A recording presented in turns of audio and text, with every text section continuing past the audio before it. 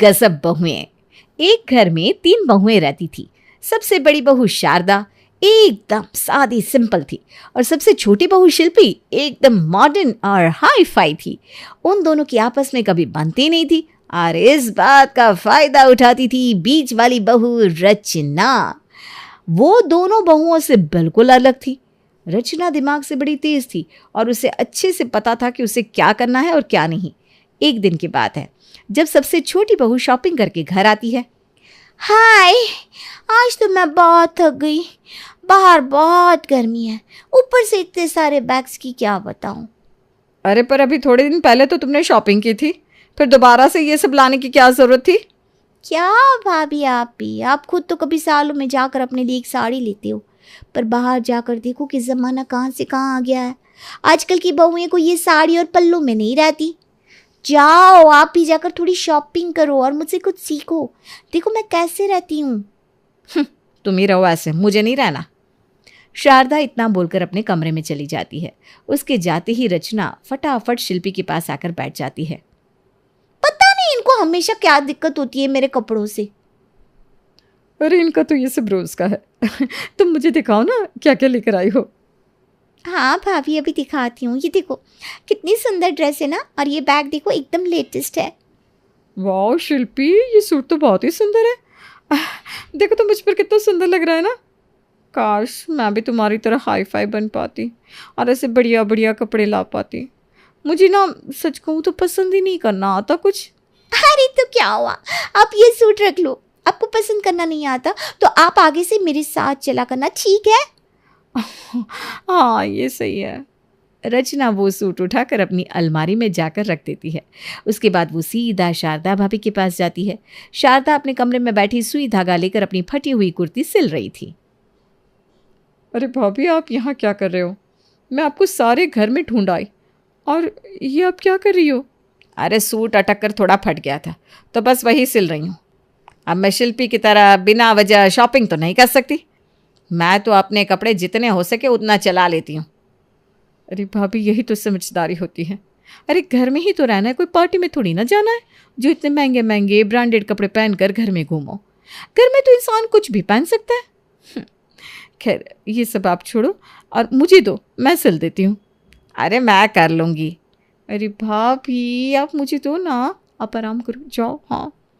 रचना ज़बरदस्ती शारदा के हाथ से सुई धागा छीनकर उसकी कुर्ती सिलना शुरू कर देती है। वो थोड़ी सी ही कुर्ती सिल पाती है कि तभी रचना के हाथ में सुई चुभ जाती है। आहा, ये क्या हो गया? भाभी देखो तो खून बह रहा है। अरे तुम छोड़ो ये सब और मुझे दो। तुम जाओ और इस पर कुछ लगा लो और फिर बैंडेज बांध लेना। ठीक है भाभी। रचना कमरे में जाकर अपनी उंगली पर बैंडेज लगा लेती है। उसके बाद वो सीधा शाम को रसोई में काम करने जाती है। रचना एक हाथ से ही आटा निकालकर गूंदने की कोशिश करती है, तभी शारदा आकर उसे रोक देती है। अरे तुम ये सब क्यों कर रही हो? चलो हटो, मैं कर देती हूँ। पर शाम की रोटी तो मुझे बनानी होती है ना भाभी। अरे कोई बात नहीं, आज मैं बना दूंगी। तुम्हारे हाथ में मेरा सूट सिलने की वजह से सुई लग गई ना, तो अब मुझे तुम्हारी मदद करने दो। चलो। ठीक है भाभी, अब आप कहती हो तो। आप सच में ना सबकी तकलीफ समझती हो। भगवान आप जैसी जिठानी सबको दे। रचना हाथ धोकर अब अपने कमरे में जाकर बैठ जाती है, पर उसको वहां बहुत गर्मी लगती है।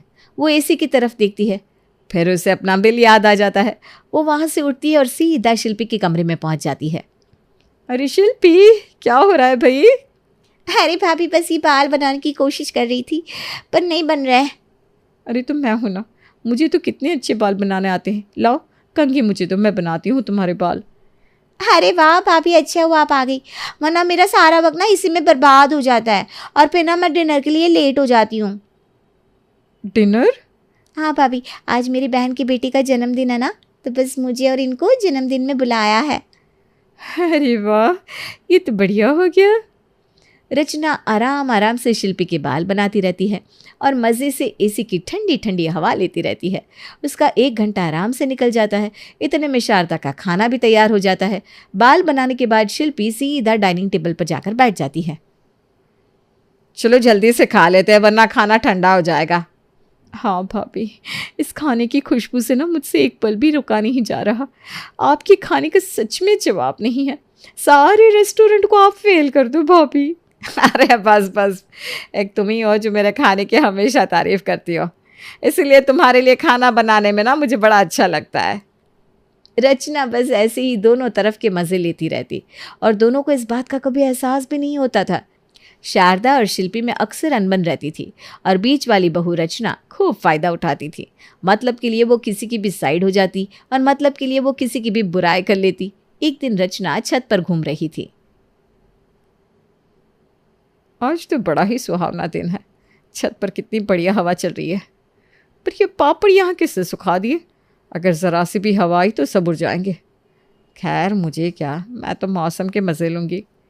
रचना मज़े से छत पर घूम रही थी, तभी सच में ज़ोर से हवा चल पड़ती है और सारे पापड़ हवा में उड़ जाते हैं। अरे बाप रे, ये तो सच में उड़ गए। मैं यहाँ से चलती हूँ वरना मुझे कोई देख लेगा। रचना जल्दी से नीचे भागती है, पर तभी सीढ़ियों पर उसे शिल्पी टकरा जाती है। अरे भाभी, ऊपर तो इतना अच्छा मौसम हो रहा है, आप नीचे क्यों भागी चली जा रही हो? चलो ना ऊपर चलते हैं। अरे नहीं नहीं, ऊपर ना बहुत धूल उड़ रही है, तुम भी नीचे चलो वरना बेकार में तुम्हारी सारी स्किन पर डस्ट आ जाएगी। अच्छा ऐसी बात है, तो मुझे भी ऊपर नहीं जाना। रचना और शिल्पी दोनों नीचे चली जाती हैं। थोड़ी देर बाद शारदा को पता चलता है कि ऊपर बहुत तेज़ हवा चल रही है, इसलिए वो भागी भागी ऊपर जाती है, पर तब तक तो उसके सारे पापड़ उड़ चुके थे। हे भगवान, मेरी सारी मेहनत बर्बाद हो गई, मेरे सारे पापड़ उड़ गए। कितनी मेहनत से पूरा दिन लगाकर मैंने बनाए थे। शारदा बेचारी उदास होकर नीचे रसोई में आकर अपना काम कर रही थी, तभी वहाँ शिल्पी आ जाती है। खाने में क्या बन रहा है भाभी? शिल्पी 2-3 बार शारदा से पूछती है, पर वो जवाब ही नहीं देती। इस बार वो शारदा को थोड़ा सा हिलाकर पूछती है।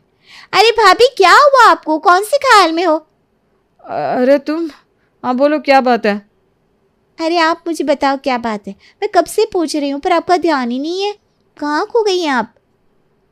अरे कुछ नहीं, वो मैंने कल पूरा दिन लगाकर पापड़ बनाए थे और छत पर सुखा रखे थे। आज जब हवा आई तो सब पापड़ उड़ गए, मेरे सारे पैसे और मेहनत बर्बाद हो गई। ओहो, ये तो बुरा हुआ। अगर मैं ऊपर जाती तो मैं आपको बता देती। वैसे मैं ना ऊपर जा ही रही थी, तभी मुझे सीढ़ियों पर रचना भाभी मिल गई और उन्होंने बोला कि ऊपर बहुत धूल उड़ रही है, तो मैं वापस से नीचे आ गई। मतलब वो आज छत पर थी? हाँ, वो तो छत से ही नीचे आ रही थी। अच्छा। थोड़ी देर बाद शारदा रचना के पास जाती है और उससे कहती है, आज तो बाहर कितना अच्छा मौसम था, तुमको छत पर जाकर देखना चाहिए था रचना। अरे कहाँ भाभी, मैं तो काम में इतना बिजी थी, मुझे पता ही नहीं चला। ओह, तो तुम आज छत पर गई नहीं? नहीं नहीं, मैं तो आज गई नहीं हूँ। आखिर ये झूठ क्यों बोल रही है? अगर ये छत पर गई थी तो मतलब इसने जानकर मेरे पापड़ नहीं उठाए। कोई नहीं, आज नहीं तो आगे तो पता चल ही जाएगा। शारदा वहाँ से चली जाती है और जाकर डाइनिंग टेबल पर बैठकर सब्जी काटने लगती है। थोड़ी देर बाद वहाँ रचना आती है। अरे भाभी, ये क्या सब्जी बना रही हो? एक काम करो ना, आज आलू मटर और कचौड़ी बना दो, आप ना बहुत स्वाद बनाते हो। ठीक है, मैं इसे फ्रिज में वापस रख देती हूँ और वो बना देती हूँ। शारदा अब आलू मटर और कचौरी की तैयारी करने लगती है, तभी वहाँ शिल्पी आती है। अरे मुझे तो रचना भाभी बोल रही थी कि आज भरवा बैंगन बन रहे हैं, तो फिर ये सब? अरे रचना नहीं बोला है कि आलू मटर और कचौड़ी खानी है? खैर तुमको अगर रचना दिखे तो उसे मेरे पास भेज देना। वो तो मेरे कमरे में ही बैठी है, मैं अभी भेजती हूँ। है? वो तुम्हारे कमरे में क्या कर रही है? कुछ नहीं, बस वो मेरे कुछ कपड़े पड़े थे जो अब मैं बिल्कुल नहीं पहनती, तो वही चेक करके देख रही हैं। अच्छा अच्छा, ठीक है। शिल्पी वहाँ से चली जाती है। उसके जाने के बाद अब शारदा के मन में रचना की कुछ बातें खटकने लगती है। कल भी इसने झूठ बोला और आज फिर से शिल्पी के पुराने कपड़े लेने चली गई। वैसे तो बोलती है मुझे शिल्पी का पहनावा बिल्कुल पसंद नहीं, और फिर उससे कपड़े भी मांगती है। तभी रचना आती है। अरे भाभी, आप मुझे बुला रही थी क्या? वो शिल्पी बता रही थी। हाँ, पर वो बोली कि तुम उसके कपड़े चेक कर रही हो तो। अरे भाभी, वो तो ज़बरदस्ती शिल्पी ने निकाल दिए, वरना मुझे क्या पड़ी है, मैं तो सिंपल कपड़े पहनना पसंद करती हूँ। धीरे धीरे शारदा को तो रचना की चालाकियां समझ में आने लगती है, पर शिल्पी इस बात से अनजान थी। एक दिन रचना को शादी में जाना था, पर उसके पास कुछ ढंग का कपड़ा नहीं था। अब मैं क्या पहनूं? कोई अच्छा सेट भी नहीं है। लगता है जेठानी और देवरानी के पास जाना पड़ेगा। रचना पहले अपनी जिठानी शारदा के पास जाती है और कमरे में जाकर बैठ जाती है। आज भाभी आप ना मेरा खाना मत बनाना, मुझे अपने मामा जी के फंक्शन में जाना है। अच्छा, ये तो बढ़िया है। हाँ, वो ना बहुत बड़ा फंक्शन कर रहे हैं। अब सोच रही हूँ क्या पहनूँ। वो अपनी गुलाबी साड़ी पहन लूँ क्या? अरे नहीं नहीं, वो तो बहुत सादी है। पर क्या करूँ, वही मेरी सबसे भारी साड़ी है। वो नहीं पहनूँ तो कौन सी पहनूँ फिर? मेरे पास तो इसके अलावा कोई ढंग की साड़ी भी नहीं है। अब क्या आपके पास होगी कोई अच्छी साड़ी? हाँ, मेरे पास 2-3 भारी भारी साड़ी रखी है। मुझे तो हमेशा सिंपल साड़ी पहननी होती है। मैं तुम्हें अभी दिखाती हूँ। अरे वाह भाभी, आपने तो मेरा काम ही आसान कर दिया। चलो अब मैं जल्दी से जाती हूँ और तैयार होती हूँ। अब रचना साड़ी लेने के बाद जाती है शिल्पी के पास। अरे भाभी, ये साड़ी लेकर कहाँ घूम रही हो? आज ना मुझे अपने मामा जी के घर फंक्शन में जाना है। मैंने जो साड़ी निकाली थी वो शारदा भाभी ने पहनने से मना कर दी और मुझे अपनी ये इतनी सुंदर साड़ी दे दी। अच्छा, उन्होंने आपको ये नई साड़ी दे दी? कमाल है। वैसे ये ना कोई खास साड़ी है नहीं, पर इस साड़ी के मैचिंग का एक सेट है मेरे पास, मैं अभी निकाल कर दिखाती हूँ। अच्छा, दिखाओ तो। शिल्पी फटाफट अपनी अलमारी खोल कर देखती है और उसमें से अपना लाखों का सेट निकालती है। सेट देखकर रचना की आंखें फटी की फटी रह जाती है। अरे वो इतना सुंदर हार, अगर इसे मैं पहन कर चलेगी तो सब मुझे ही देखते रह जाएंगे। ये लो भाभी, आप इसे पहनो। पूरे 5 लाख का हार है। वैसे मैं किसी को नहीं देती, पर आप पहन सकती हो। साड़ी वाड़ी का क्या है, वो तो कोई भी दे देता है। हाँ शिल्पी, बिल्कुल सही कहा तुमने। पर अब इस सेट के साथ ये भाभी की साड़ी तो एकदम फीकी दिख रही है। ये सेट तो तुम्हारी साड़ी के लायक है। सच में भाभी, मेरी साड़ियाँ इतनी सुंदर होती है क्या? और नहीं तो क्या शिल्पी, तुम किसी भी फंक्शन में जाती हो ना तो सब तुम्हें ही दिखते रहते हैं। अरे भाभी, आप भी ना। वैसे अगर आपको मेरी साड़ी में से कोई लेनी है तो ले सकती हो। देखो, सब सामने अलमारी में टंगी है। अरे नहीं नहीं, तुमने इतना महंगा सेट दे दिया, वो कम है क्या? अरे भाभी, इतना मत सोचो। आप भी तो मेरा मेकअप करते हो, मेरी हेल्प करते हो। अब ले लो ना, आपको जो भी पसंद है। अच्छा, अब जब तुम इतना बोल रही हो तो देख लेती हूँ। रचना शिल्पी की अलमारी में उसकी साड़ियाँ देखने लगती है। शिल्पी के पास तो एक से बढ़कर एक साड़ी होती है, जिसके सामने शारदा की दी साड़ी एकदम फीकी लग रही थी। रचना अलमारी में से एक बड़ी ही सुंदर साड़ी निकालती है। हाँ भाभी, ये बहुत सुंदर है, आप इसी को पहन कर जाना। और अब आप ना जल्दी से तैयार हो जाओ, वरना लेट हो जाओगी। चलती हूँ मैं। शारदा की दी साड़ी वहीं पड़ी रह जाती है और रचना तैयार होकर फंक्शन में निकल जाती है। थोड़ी देर बाद जब शिल्पी अपने कमरे को समेट रही थी, उसका ध्यान शारदा की साड़ी पर पड़ता है। और ये साड़ी तो यहीं रह गई। एक काम करती हूँ, उनको वापस दे आती हूँ।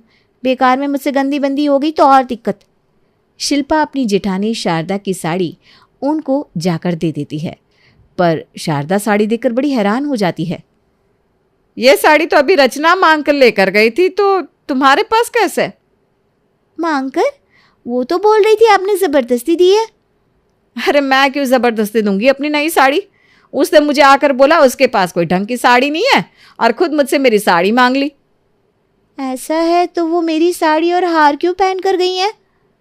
पहले मुझसे साड़ी ली, फिर वही साड़ी तुम्हारे पास जाकर दिखाई ताकि उसे देखकर तुम भी उसे कुछ देने लगो। ये रचना हम दोनों को कहीं पागल तो नहीं बना रही? तुम्हारी तो वो इतनी बुराई करती है कि मुझे समझ में नहीं आता कि वो थोड़ी देर बाद कैसे तुमसे हंसकर बोल लेती है। अरे तो आपकी कौन सा वो तारीफ करती है? कल ही बोल रही थी मुझे, शारदा भाभी ने सब्जी में इतना ज़्यादा लहसुन डाल दिया कि खा ही नहीं जा रही थी। फिर भी मुझे बोलना पड़ा, भाभी खुशबू इतनी अच्छी है कि मुझसे रहा नहीं जा रहा। अरे हाँ, उसने ऐसा ही बोला था बिल्कुल। मुझे कैसे पता ये बात? मैं तो वहाँ थी भी नहीं। अरे पर वो तो मुझे ये भी बोल रही थी कि तुम रोज रोज उससे अपने बाल बनवाती हो और उसका सारा काम रह जाता है। हे भगवान, वो तो खुद आई थी मेरे पास और मेरे बाल बनाने लगी थी। तो तुम भी अब ये सोचो ना कि मुझे ये बात कैसे पता, जबकि मैं तो तुम्हारे कमरे में आई नहीं थी। ये रचना भाभी कभी इधर कभी उधर का खेल खेल रही हैं। दोनों की तरफ रहकर अपना फायदा कर रही हैं और हम आपस में एक दूसरे के बिन बात के बुरे बने हुए हैं। मुझे तो उसी दिन से शक हो गया था जब उसने मुझे कहा कि मैं छत पर गई नहीं और तुमने उसे खुद ऊपर से आते देखा था। हाँ, मैंने सच में देखा था और उन्होंने मुझे छत पर जाने ही नहीं दिया। क्योंकि पूरी छत पर मेरे बनाए पापड़ जो उड़ रहे थे उसकी चोरी पकड़ी जाती ना, कि आखिर उसकी आंखों के सामने भी नुकसान कैसे होने दिया उसने। भाभी आप ना सही कहती हो, वैसे तो पूरा दिन मेरे कमरे में रहती है, पर कल पूरा दिन नहीं आई।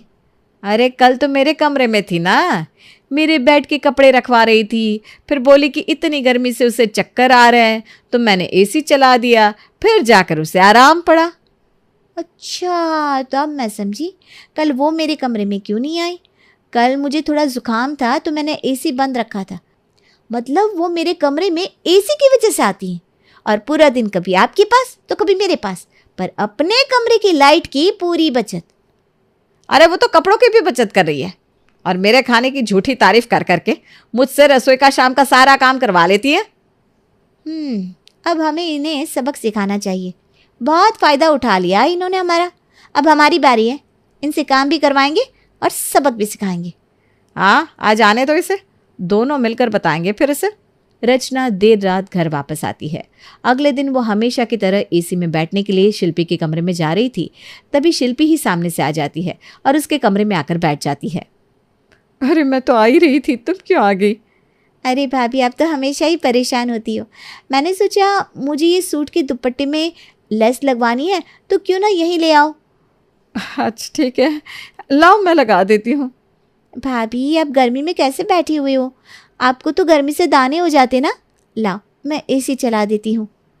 अब रचना मन ही मन शिल्पी को कोसने लगती है और बार बार अपने एसी की तरफ देखती रहती है। जल्दी से काम निपटाने के बाद वो बाहर जाकर टीवी देखने बैठती है। तभी वहाँ उसकी जेठानी शारदा आ जाती है। अरे तुम यहाँ क्या कर रही हो? जल्दी रसोई में जाओ और रात के खाने की तैयारी करो, माँ जी आते ही खाना मांगती है। खाना? आप खाना नहीं बना रहे भाभी? अरे मुझे ज़रा मार्केट जाना है कुछ काम से। वैसे भी अब तुम्हारी उंगली तो एकदम ठीक है, हैं? तुम जल्दी जाओ और खाने की तैयारी कर लो, और हाँ, अपना फेवरेट रायता बनाना मत भूलना। हाँ, शारदा इतना बोलकर वहां से निकल जाती है और रचना की तो आफत आ जाती है। अगले दिन से शारदा अब बस अपने हिस्से का काम करती और शिल्पी भी रोज पहले से पहले रचना के कमरे में आकर बैठ जाती, जिस वजह से उस महीने रचना के कमरे का बिल एकदम पार हो जाता है।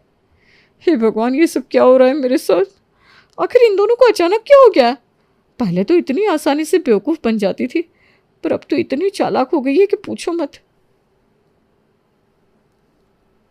अरे रचना भाभी, वो उस दिन आप साड़ी लाई थी ना, ज़रा मुझे देना। मुझे ना मंदिर जाना है, तो आज वही पहन कर जाऊंगी। अरे पर वो तो मेरी नई साड़ी है। अरे तो इसने भी तो तुमको अपनी नई साड़ी और लाखों का हार दिया था, आज तुम दे दो। इनको क्या हो गया है? ये अपने दुश्मन की तरफदारी क्यों कर रही हैं? जल्दी दो ना, मुझे मंदिर जाना है। वो मुझे ना कल ही एक पंडित जी ने कहा था कि हमें अपने कपड़े ना किसी को देने नहीं चाहिए और ना किसी के पहनने चाहिए। मैं नहीं चाहती कि बेकार में तुम मेरी साड़ी पहनो और फिर कुछ हो जाए तो। ऐसी बात है तो भाई आज के बाद हम में से कोई किसी से कुछ लेगा नहीं, कुछ देगा नहीं। हाँ भाभी, आप भी अभी के अभी मेरे सारे कपड़े दे दो। बेकार में मैं नहीं चाहती कि मेरी वजह से कुछ हो। हाँ रचना, जल्दी करो, दे दो उसे। रचना की चाल खुद पर ही भारी पड़ जाती है। उसको अलमारी से शिल्पी के सारे कपड़े वापस करने पड़ते हैं। ये मेरे साथ सब उल्टा क्यों हो रहा है? सारे के सारे कपड़े देने पड़ रहे हैं। शिल्पी अपने सब कपड़े उठाकर वहां से चल देती है। शारदा भी रचना को खाने का बोलकर अपने कमरे में चली जाती है। उनके जाने के बाद रचना अपना सर पकड़कर बैठ जाती है। अब कोई चालाकी नहीं करूँगी, बहुत बना लिया दोनों को बेवकूफ़। अब लगता है मेरी दाल यहाँ नहीं गलने वाली। शारदा और शिल्पी अब एक हो जाती हैं और दोनों मिलकर रचना को रोज ऐसा सबक सिखाती कि वो आगे से दोनों में से किसी को भी किसी के खिलाफ भड़काना भूल जाती है और ना किसी का कोई फायदा उठा पाती है।